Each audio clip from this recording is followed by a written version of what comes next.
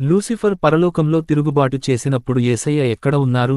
Lucifer తిరుగుబాటుకు ముందు, అతను దేవుని మహిమను ప్రతిబింబించడానికి దేవునిచే సృష్టించబడిన గొప్ప కాంతి దూత. కాని అహంకారం మరియు దురాశ అతని హృదయాన్ని కలుషితం చేసినప్పుడు, అతను తనను తాను దేవుని కంటే ఉన్నతంగా చేసుకోవడానికి ప్రయత్నించాడు. ఈ తిరుగుబాటు చర్య అతని పతనానికి దారితీసింది, అతన్ని దేవునికి మరియు మానవాళికి విరోధి అయిన సాతానుగా మార్చింది. మరి ఈ పరలోకపు సంఘర్షణ సమయంలో యేసయ్య ఎక్కడ ఉన్నారు?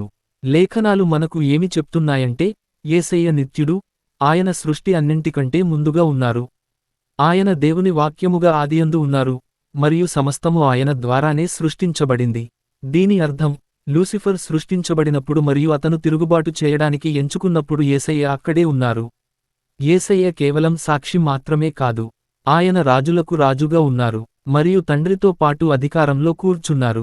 వాస్తవానికి, లూసిఫర్ పతనంలో యేసయ్య యొక్క దైవిక అధికారం చాలా కీలకమైంది.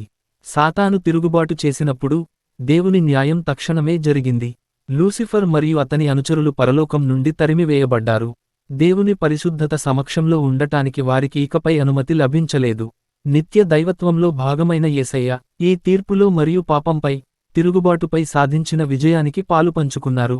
ఈ సత్యం యేసయ్య యొక్క అంతిమ లక్ష్యాన్ని కూడా మనకు గుర్తు చేస్తుంది. పాపం, మృత్యువు మరియు అంధకార శక్తులను శాశ్వతంగా ఓడించడం. తన మరణం మరియు పునరుత్థానం ద్వారా, యేసయ్య సాతానుపై తుది విజయాన్ని సాధించారు.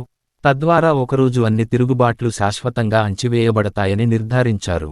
యేసయ్య నిత్యము పరిపాలిస్తున్నారని మరియు అంధకార శక్తులను ఇప్పటికే ఓడించారని మీరు నమ్మితే, ఆమెన్ అని టైప్ చేసి, ఆయన విజయాన్ని మరియు అధికారాన్ని వ్యక్తపరచేలా, యేసయ్యకు స్తోత్రం అని చెప్పండి.